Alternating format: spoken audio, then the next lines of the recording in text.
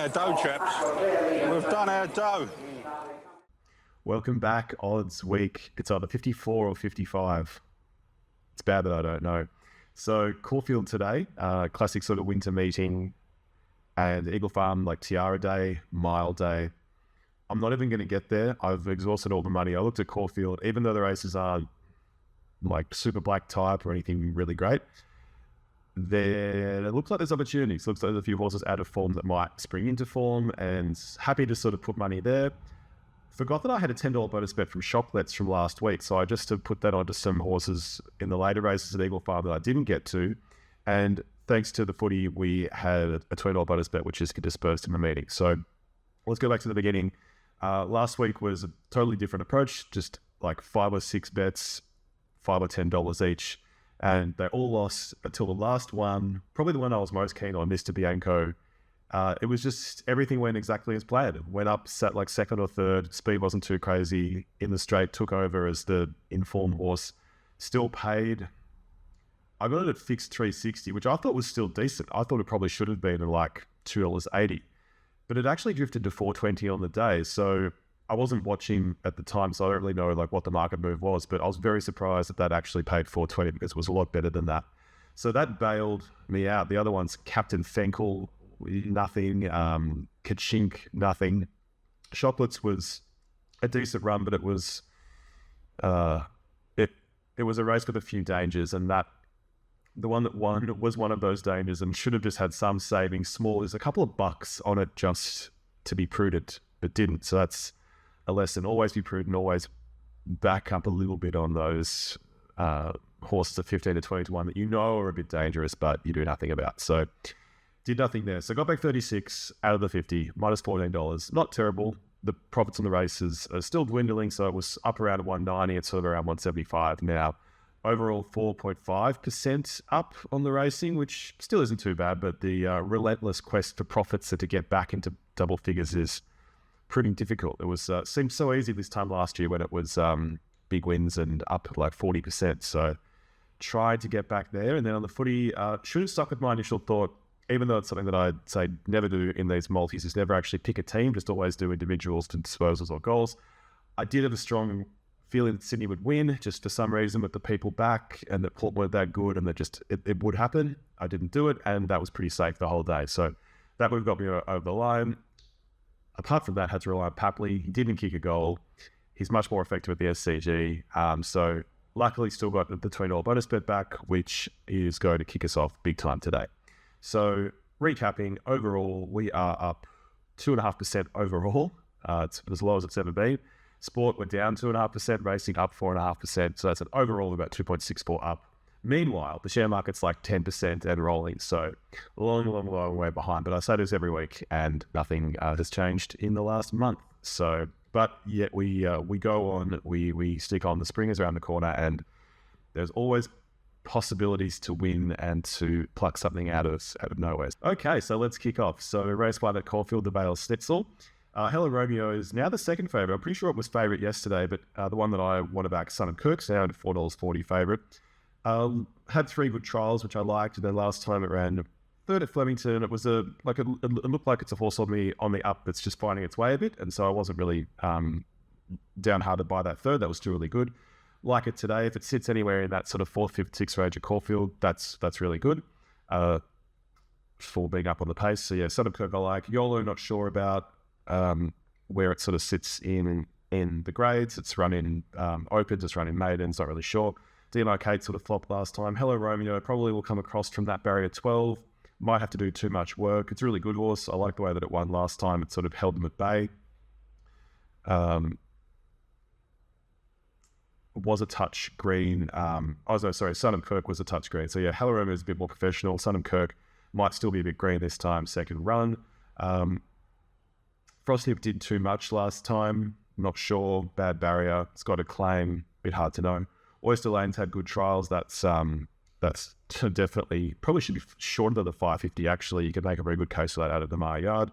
Yeah, right is pretty fast. That should come out from barrier 1 and sort of contest the lead. Might cut up Hello Romeo a little bit.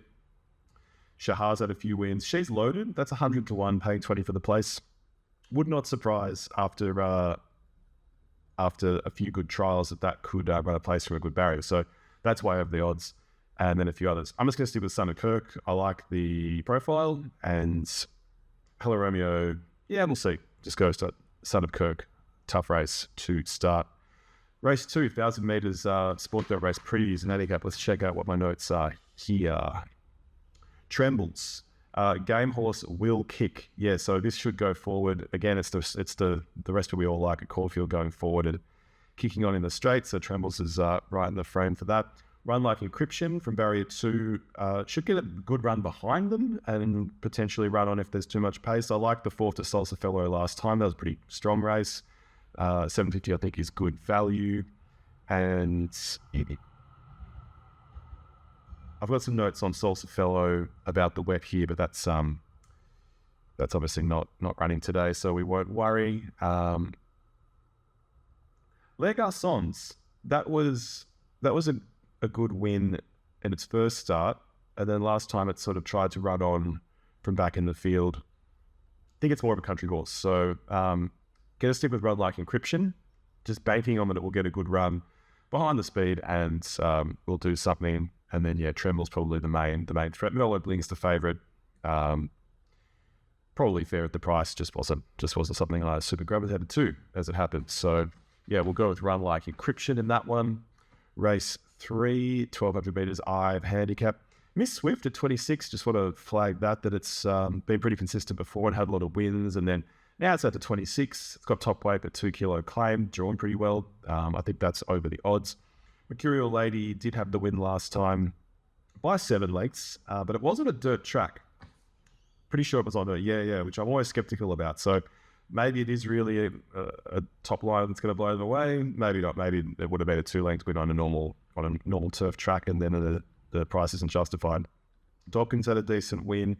Zarpo will be better over longer, 1,400 or 1,600. Stage and Scream was running in some good company over the spring, and then now it's been running at 64 grades. That deserves to be at the 380. So, probably a little bit of each way on Miss Swift, and then maybe look. Zarpo could even run well in this. It's not that strong. I think it's a really quality horse, even though it's 1,200. Would not surprise if that ran a place. So, Miss Swift for the place, I think, was my takeaway from there. Too tough otherwise. Nothing to really jump on for the win. Race 4, 1,440 metres, remembering Robbie Lang. This one, Brand Jam, I like this. I think it's going to go forward. The win was good last time. It was pretty tough holding them off, so I want to have something on that. Amber Star was decent. I think that was in that same Chamateur. Yeah, that was in the Chamateur race that it ran third.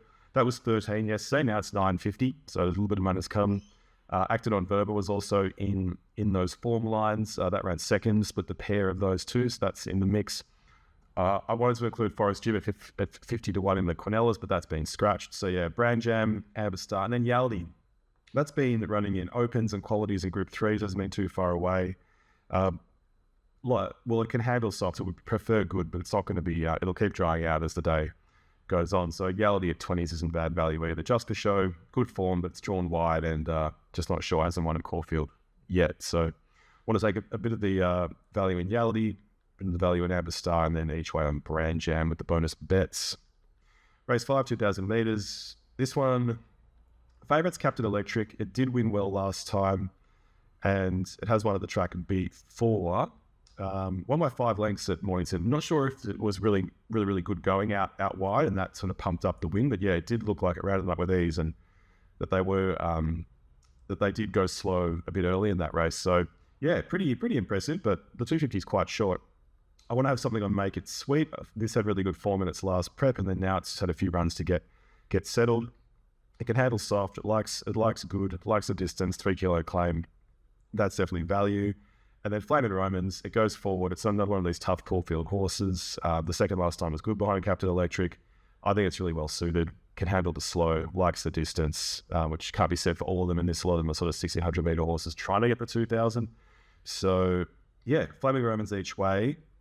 Make It Sweet with bonus bets. And then I want to do a Quinella for Flaming Romans. Nation's Call at $17, which might come across and run okay.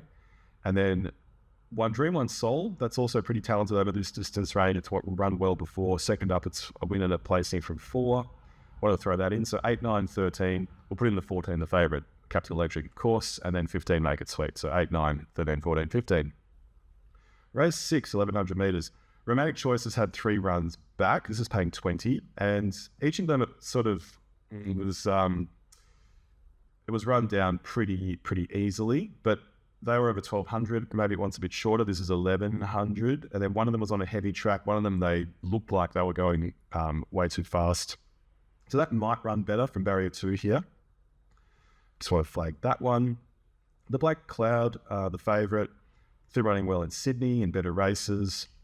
Caulfield, as we know, can be a graveyard for Sydney horses. That's the old epithet. So I want to see how that goes. Cheers to That. Looks like a progressive horse. I liked the win last time where that and first and second streeted third. Thought that was pretty impressive. So that's paying 4.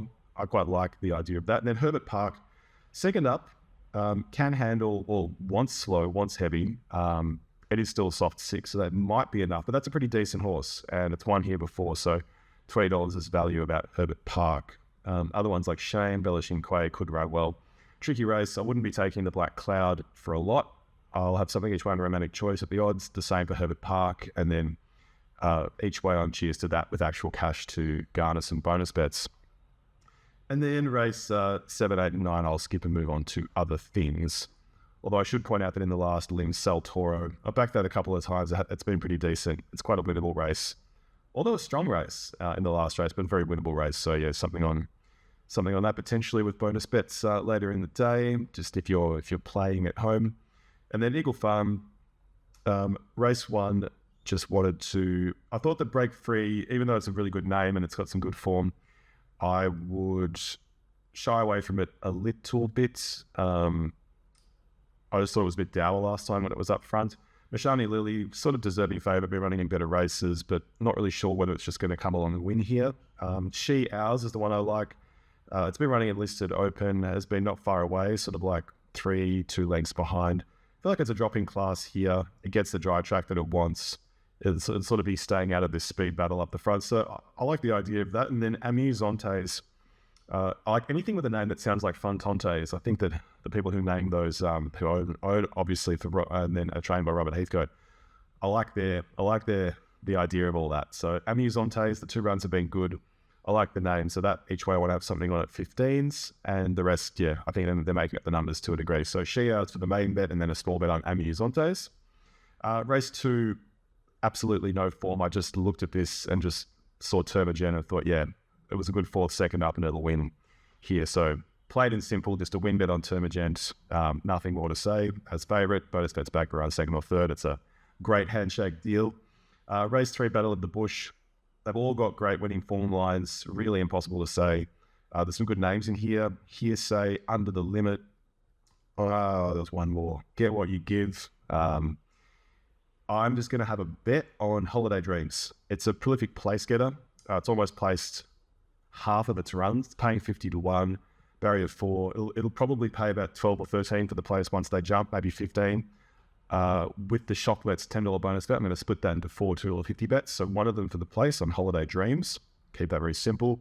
Race 4, the Tattersall Stakes. This is a good betting race. There's a few in here I could have gone for. Pillow Fight at odds. I'm just going to stick with Fabulantes. I've backed it 2 times. It ran in that good race behind Brave Design. It also ran behind Beedman. And I think it's really great situation today. Barrier 3, that bodes really well. It's paying $8.50. So $2.50 bonus bet on Fabulantes for the win. Race 5, Tattersall's Cup, that's a small field, not really any value there. Race 6, the Gold Crown, sort of same deal. I don't think there'll be any outsiders popping up there.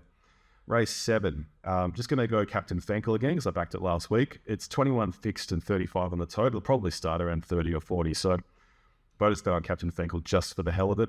Banana Slides I've also really like. I think that's way over as a 50, but it's going to go back. And back from barrier 3 probably means stuck on the fence somewhere you don't want to be. So I'll leave the slide for today. Aerial Dances over the odds. Pretty interesting race. Sabaka's a real non-winner. 5 wins out of 39, 17 placings. Great place getter, but when that's your equal favourite, you know that it's a very open race and anything can happen. So probably go for Rise and Pacific if I had to pick one of the favourites. But yeah, Captain Fenkel just for a bit of a throw up the stumps. And then race 8, same deal. I've always been a fan of Coco Jumbo, just because of the name. So yeah, for the place on that, it probably should start at around, judging by the form, 3, 5, 6. So it probably started at about 40 to 1. So I might have to pay 8 or 9 for the place. So $2.50 bonus bet for the place on that. So that's a quick and sharp race and done. And then sport-wise, would have liked to have gotten this episode out last night, so could have taken advantage of the bonus bet back no matter what in the Dogs Sydney game. And it was a classic, it's a goal fest, so that would have been great. Alas, obviously haven't. So then looked at today.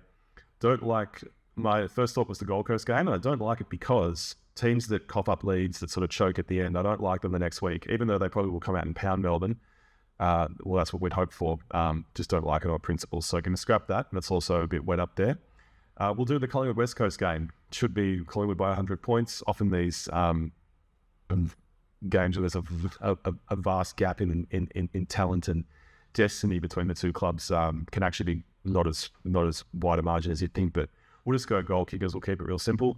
Jamie Elliott to Charlie West. This man, the new Collingwood debutant. I think that the debutants always tend to kick a goal, so he's paying at $1.20 just as a leg. I think that's way too short, but still, I think it'll happen. So Charlie West, Elliott for 2, and then we'll go over some safe options to round it out.